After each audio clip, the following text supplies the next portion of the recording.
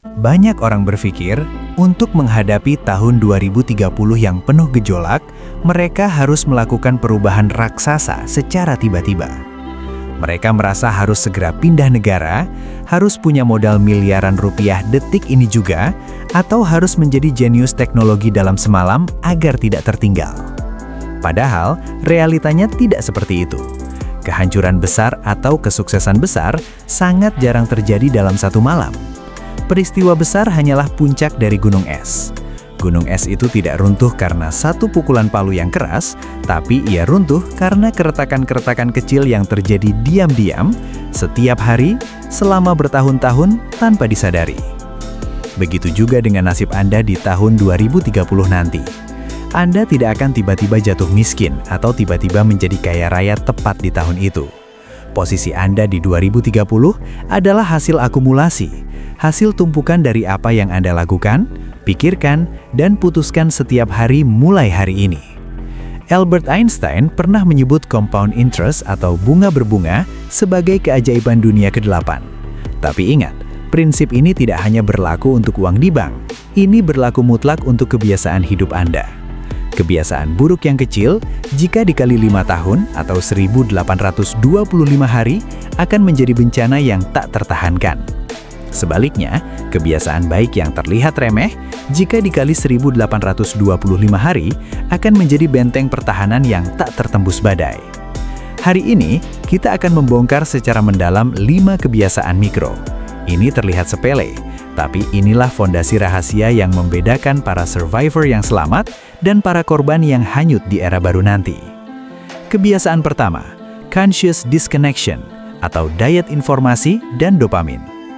Di tahun 2030, musuh terbesar Anda bukanlah kurangnya informasi.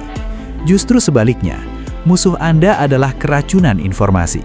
Dengan adanya AI yang memproduksi jutaan konten sampah per detik, otak manusia modern akan terus-menerus diserang gangguan. Perhatian kita sedang dibajak. Rentang perhatian atau attention span manusia makin pendek. Bahkan konon, lebih pendek dari ingatan ikan mas koki. Sadarkah Anda? Saat Anda men-scroll media sosial tanpa tujuan, Anda bukan sedang menjadi konsumen, Anda sedang menjadi produk yang dijual.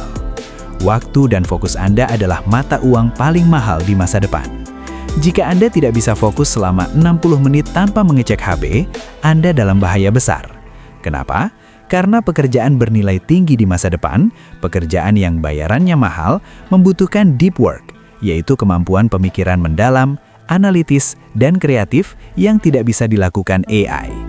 AI bisa bekerja cepat, tapi AI tidak bisa berpikir mendalam dan orisinil seperti manusia yang fokus.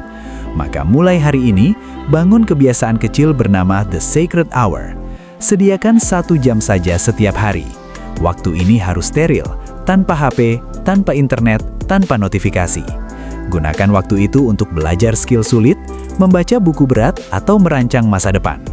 Orang yang bisa mengendalikan fokusnya di era penuh gangguan adalah orang yang memiliki kekuatan super yang langka. Kebiasaan kedua, automated frugality, atau hidup hemat otomatis untuk membeli kebebasan. Krisis 2030 sangat identik dengan inflasi tinggi dan ketidakpastian harga pangan. Banyak orang jatuh miskin di masa depan bukan karena gajinya kecil. Banyak orang bergaji besar yang tetap akan jatuh miskin. Kenapa? Karena gaya hidup mereka naik lebih cepat daripada inflasi itu sendiri. Ini disebut lifestyle inflation. Ubah pola pikir Anda. Jangan menunggu kaya baru menabung, tapi menabunglah untuk bertahan hidup. Bangun kebiasaan pay yourself first. Setiap kali Anda menerima uang, sekecil apapun itu, potong 10 hingga 20% di awal. Langsung transfer ke rekening dana darurat atau belikan aset seperti emas gram kecil atau saham. Anggap uang itu hilang dan tidak pernah ada. Hiduplah dengan sisanya. Ini bukan soal menjadi pelit atau menyiksa diri. Ini soal membangun financial runway atau landasan pacu keuangan. Di tahun 2030, jika terjadi krisis robot di mana banyak pekerjaan hilang atau terjadi PHK massal, siapa yang akan selamat? Mereka yang punya tabungan biaya hidup selama 6-12 bulan. Mereka akan bisa tidur nyenyak dan berpikir jernih mencari peluang baru. Sementara mereka yang hidup dari gaji ke gaji akan panik, stres, dan mengambil keputusan bodoh karena ketakutan. Menabung adalah cara Anda membeli kebebasan di masa depan. Kebiasaan ketiga, bio-maintenance atau investasi tubuh jangka panjang. Seringkali kita lupa, apa biaya termahal di masa depan? Bukan harga rumah, bukan harga mobil, tapi biaya rumah sakit. Saat populasi dunia menua dan polusi lingkungan meningkat, biaya kesehatan diprediksi akan meroket tajam sekali. Satu penyakit kritis di tahun 2030 bisa membuat bangkrut satu keluarga yang tadinya mapan. Maka menjadi sehat bukan sekedar gaya hidup, tapi strategi ekonomi yang paling cerdas. Anda tidak perlu memaksakan diri menjadi atlet olimpiade. Cukup lakukan Rule of 30, berjalan kaki cepat selama 30 menit sehari, dan pastikan kulit Anda terpapar matahari pagi. Duduk adalah rokok jenis baru. Gaya hidup sedentar atau malas gerak akan membunuh produktivitas Anda perlahan-lahan. Kebiasaan kecil bergerak ini akan menjaga jantung, kesehatan mental, dan imunitas Anda. Ingat, tubuh Anda adalah kendaraan satu-satunya yang Anda miliki untuk menempuh perjalanan menuju 2030. Jika kendaraannya rusak di tengah jalan, semua mimpi, semua tabungan, dan semua rencana Anda tidak akan ada gunanya. Kebiasaan keempat, deep conversation atau percakapan bermakna yang membangun jejaring. Di era digital ini, kita bisa memesan makan, bekerja, dan mencari hiburan tanpa bertemu manusia satupun.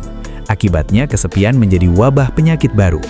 Kita punya ribuan teman di media sosial, tapi tidak punya satupun teman untuk bicara saat susah. Padahal, rezeki seringkali datang dari silaturahmi. Peluang bisnis besar, informasi pekerjaan tertutup, atau bantuan darurat datangnya dari teman bukan dari algoritma komputer. Algoritma hanya memberi apa yang Anda suka, tapi teman memberi apa yang Anda butuhkan. Biasakan satu hal kecil, 1 minggu, 1 teman. Luangkan waktu seminggu sekali untuk menelpon, gunakan suara, bukan sekedar chat teks, atau ajak bertemu satu teman lama atau kerabat. Tanyakan kabar mereka dengan tulus, dengarkan cerita mereka. Jaringan silaturahmi yang kuat adalah social safety net atau jaring pengaman sosial terbaik yang tidak bisa dibeli dengan polis asuransi. Di masa sulit, komunitaslah yang akan menolong kita. Dan kebiasaan terakhir yang menjadi kunci pengikat dari segalanya, spiritual anchor atau jangkar spiritual. Dalam Islam, kita diajarkan sebuah konsep dahsyat bernama istiqomah. Rasulullah SAW pernah ditanya, amalan apa yang paling dicintai Allah? Beliau menjawab, yang paling rutin dilakukan atau konsisten, meskipun itu sedikit. Allah tidak menuntut kita langsung jadi sempurna dalam semalam. Allah mencintai progres kecil yang terus-menerus. Mengapa ini penting untuk 2030? Karena tahun-tahun mendatang akan penuh dengan ketidakpastian yang bisa mengguncangkan jiwa. Angka kasus depresi dan kecemasan terus naik. Kita butuh pegangan yang tidak berubah. Mulai hari ini, pilih satu amalan kecil. Entah itu sholat duha 2 rakaat, sedekah Rp1.000 tiap subuh, membaca 1 halaman Quran sehari, atau berzikir di perjalanan pulang kerja. Tapi kuncinya satu, lakukan setiap hari, tanpa putus, dalam kondisi senang maupun susah, sampai tahun 2030. Kebiasaan spiritual kecil ini akan menjadi cahaya yang menjaga kewarasan mental Anda. Saat dunia luar makin gila, saat ekonomi naik turun, Anda punya ruang tenang di dalam hati. Rutinitas ibadah Anda adalah satu-satunya kepastian yang menenangkan jiwa, mengingatkan kita bahwa rezeki dan takdir ada di tangan Tuhan, bukan di tangan manusia atau mesin. Sahabat sekalian, jangan pernah meremehkan langkah kecil. Air yang menetes terus-menerus bisa melubangi batu yang paling keras sekalipun. Bukan karena kekuatan airnya, tapi karena kekonsistenannya. Pertanyaan sekarang adalah, dari 5 kebiasaan tadi, mana yang akan Anda mulai hari ini? Jangan tunggu besok, mulailah sekarang karena masa depan Anda sedang dibentuk detik ini juga. Sampai jumpa di masa depan yang lebih baik, masa depan yang sudah Anda persiapkan dengan matang. Wassalamualaikum warahmatullahi wabarakatuh.